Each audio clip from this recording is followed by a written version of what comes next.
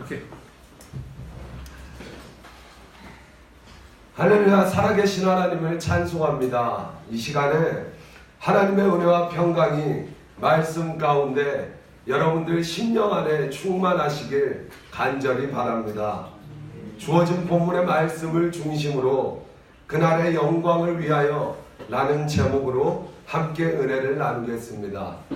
우리가 인생을 살아갈 때에 나는 누구인가? 라는 자신에 대한 명확한 정체성을 아는 것은 대단히 중요합니다. 왜냐? 그 정체성이 자신의 삶의 방향을 결정하고 내가 한 번뿐인 인생을 어떻게 살아야 할 것인가? 라는 삶의 행동을 결정하기 때문에 사랑하는 여러분, 우리는 하나님께서 우리를 이 땅에 부르신 정체성에 대하여 명확하게 알아야 합니다.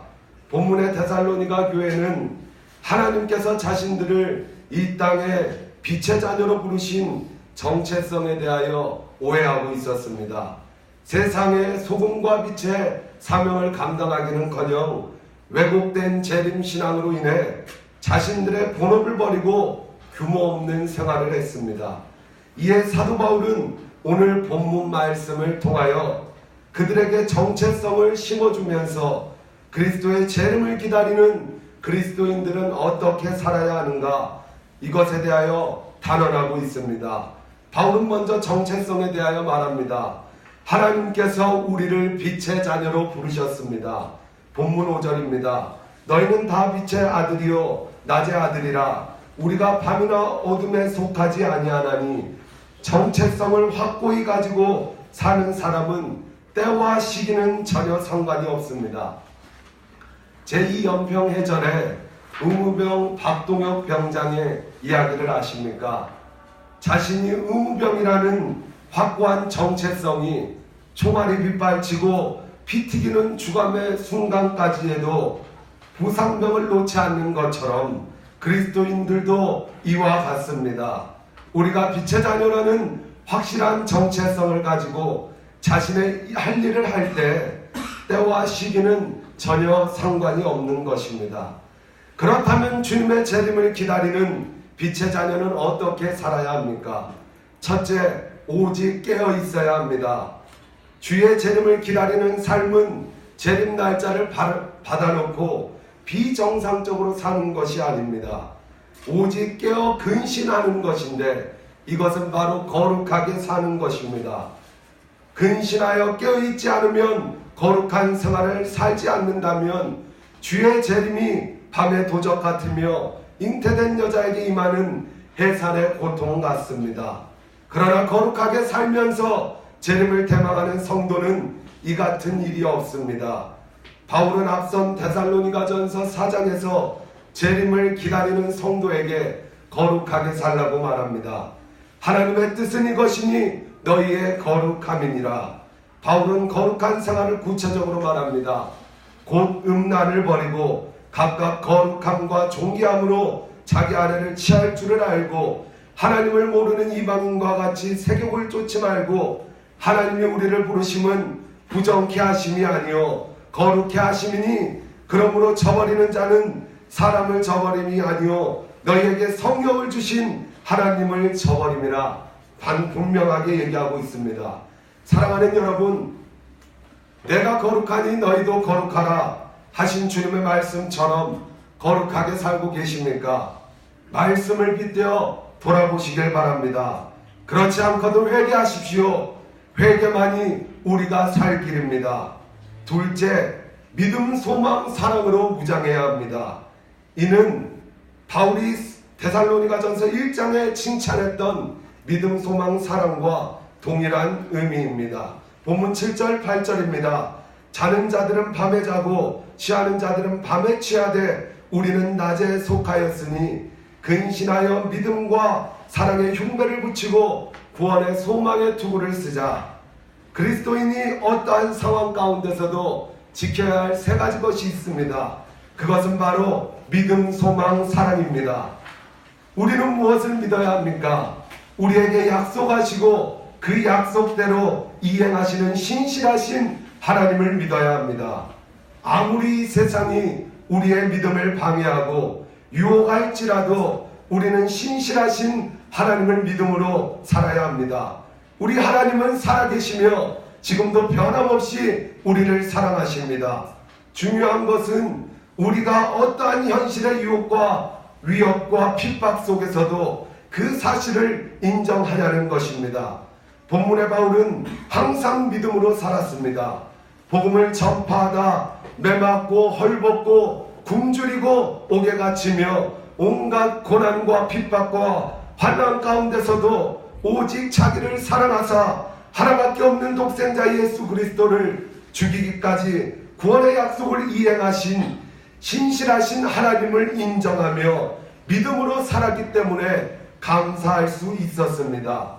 그러면서 바울은 사랑하는 삶을 우리에게 요구합니다. 우리 기독교의 특징은 사랑입니다.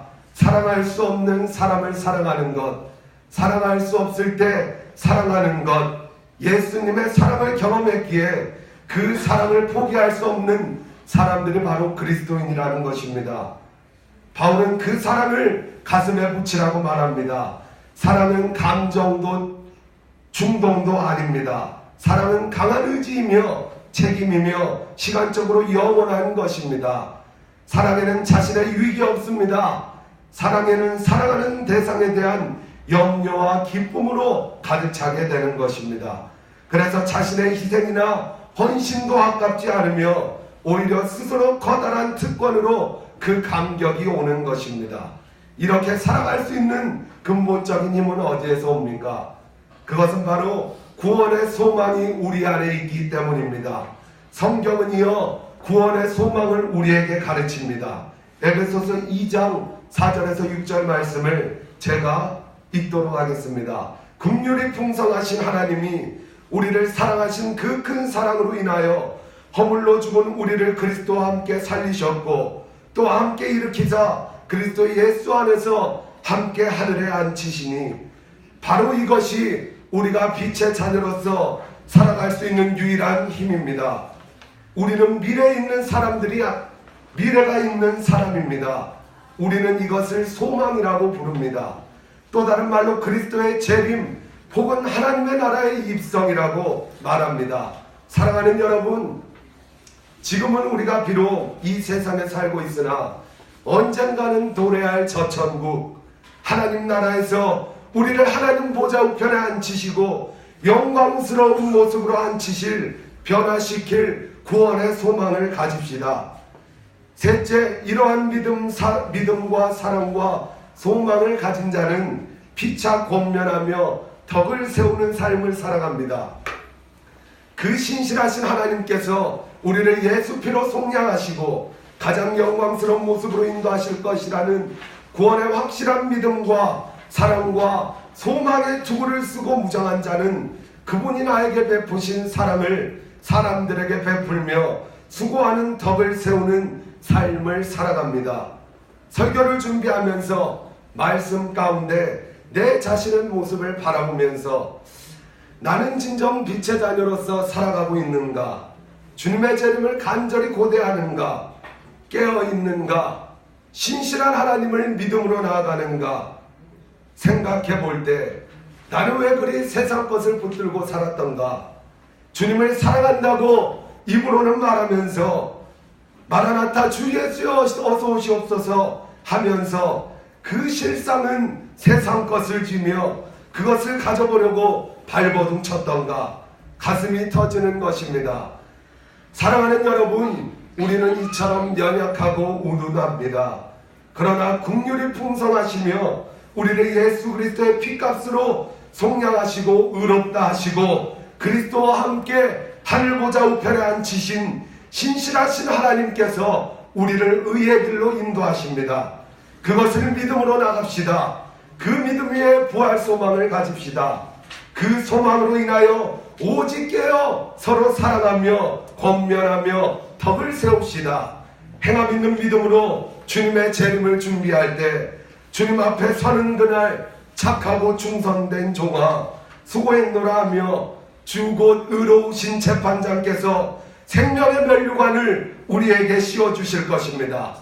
그날의 영광이 흥분되지 않습니까? 사모되지 않습니까? 이러한 은혜가 여러분들 삶 가운데 있으시길 간절히 바랍니다. 기도하겠습니다. 네, 여기까지입니다. 10분 5초입니다.